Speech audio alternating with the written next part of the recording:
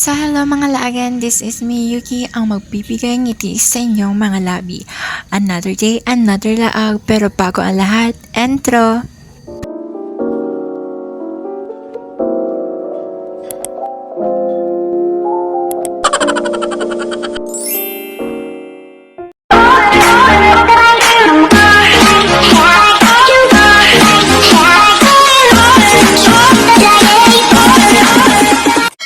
So good morning mga laagan, this is me Yuki at ngayon ay may pupuntahan na naman po tayo. Ay nakasakay na pala kami ngayon ng tricycle papunta sa itaas kasi maghihintay kami ng bus. So ayan na nga mga laga, nandito na nga kami sa highway, naghihintay kami ng bus na sasakyan namin papunta dun sa gagalaan namin. At medyo makulimlim nga yung langit at parang uulan pa yata. Kaya nandito kami sa giliran naghihintay ng bus. So, bus. Basta ewan. So, ayun. So, ayan na nga yung bus na sasakyan namin. So, ayan na nga mga laga. Nandito na nga kami sa loob ng bus at medyo sobrang daming tao. Sobrang puno. Kaya nakatayo lang po ang person. So, okay lang yan. Kaya natin yan. So, habang nakatayo nga tayo mga laga, napifeel ko na talaga nasusuka na po ako. Parang gusto ko na talaga sumuka. Mabuti na lang umalis na yung isang lalaki nakaupo dito sa inupuan ko ngayon. Mabuti na lang, oh my god. So habang nakaupo nga ako dito mga laga, nafe-feel ko talaga na umiikot yung paligid ko kasi hindi po talaga ako sanay mag-travel ng malayo at madali po talaga akong mahilo. Meron po kasi akong motion sickness. Yes po. Sure, motion sickness yun.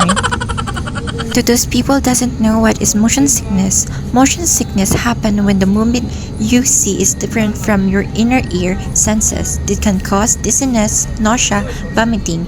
You can get motion sickness in car, train, airplane, boat, and amusement park rides. So ayan, alam niyo na kung ano yung motion sickness. Kaya ang ginagawa ko para di ako mahilo, natutulog ako sa bus. So kayo din ba mga laagan, natry nyo na bang masuka sa bus or mahilo kapag nagtatravel kayo sa malayo? Comment down below. So ayan mga laagan, hindi ko na patatagalin to, so let's go.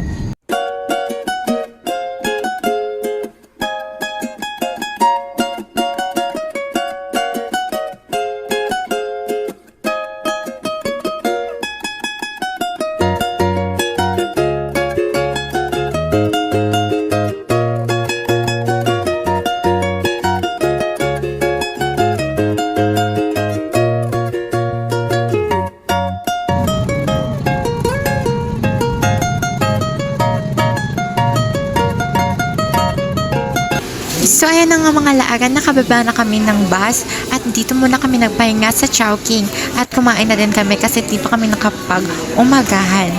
So ayan na nga mga laagan, dumiretso na din kami sa Baclaran Church. O diba, ang ganda talaga ng simbahan at sobrang laki niyan sa loob. Hindi ko lang napakita kanina. At habang naglalakad nga kami ay meron kami nakitang mga kalapate. Tingnan nyo.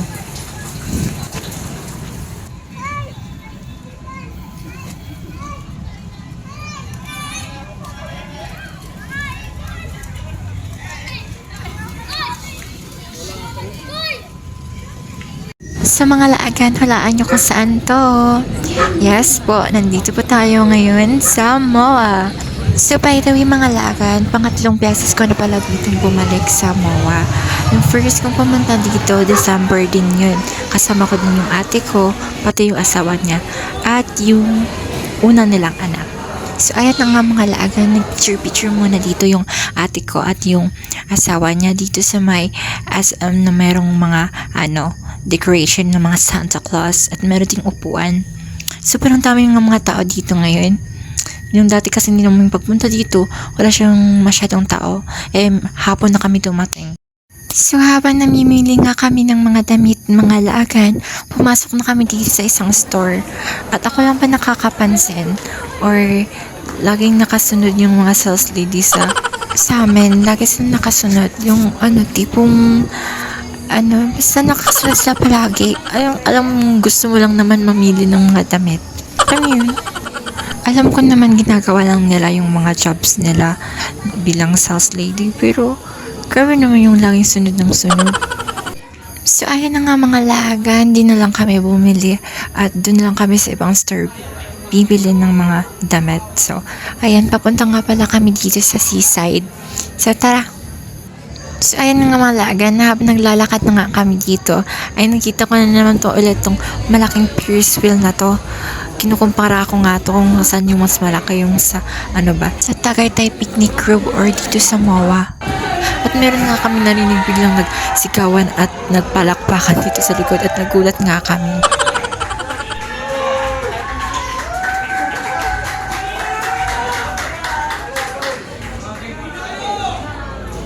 At habang nakasakay nga kami sa escalator mga laagan, ay meron pala akong nakasama mga dalawang magagandang babae dito.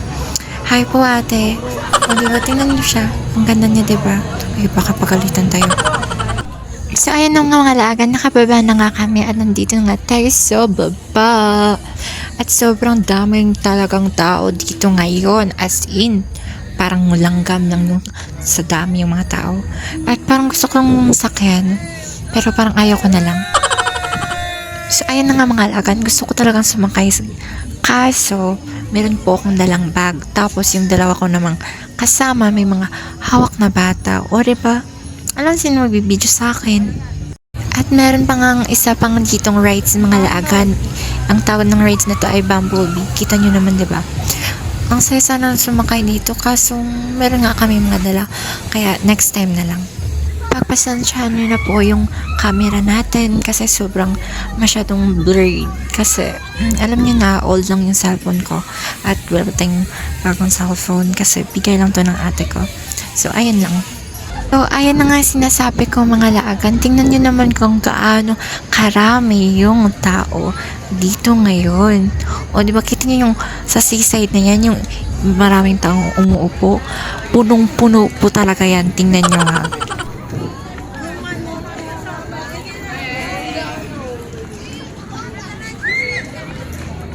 So, ito pala yung seaside, o diba? Mayroong barko.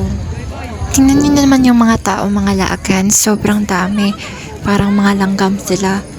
So, ayan na nga mga laagan. Nagpahinga muna kami dito sa may seaside kasi sobrang sakit na po ng aking paa.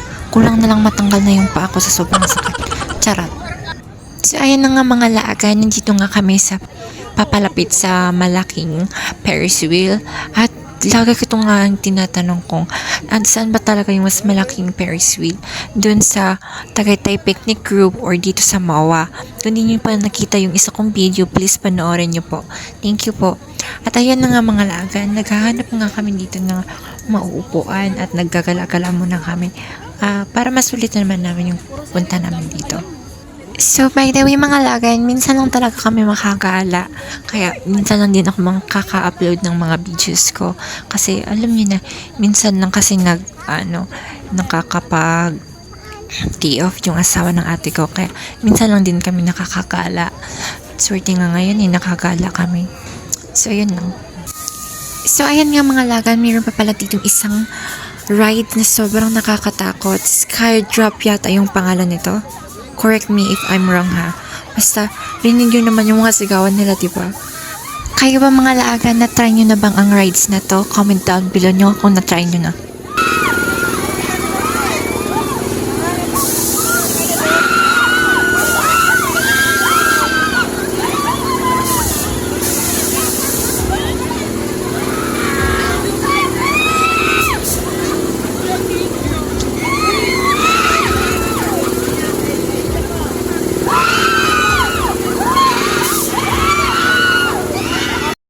So, ayan na nga mga lagan, alis na nga kami ng MOA kasi maggagabi na. Mukha lang yung maaraw pero maggagabi na po talaga yan.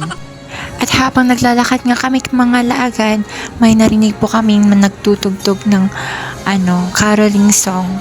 Mga banda. Tama ba banda to? Tawag nito. Basta may nagda-drum, nagtutrumpet.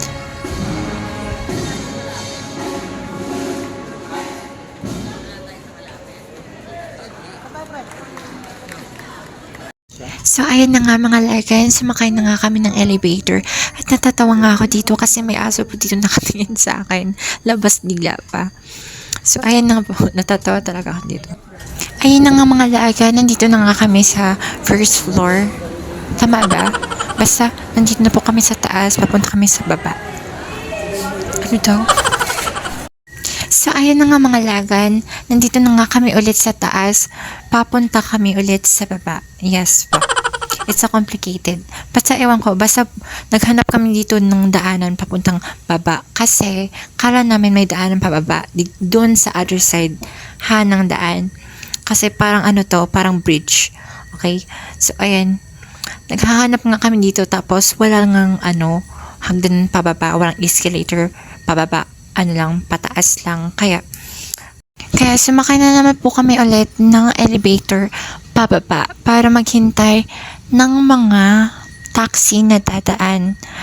So, ayan na nga mga lagan, gumabi na nga at sa isa palang kaibigan kami ng ate ko matutulog ngayong gabi.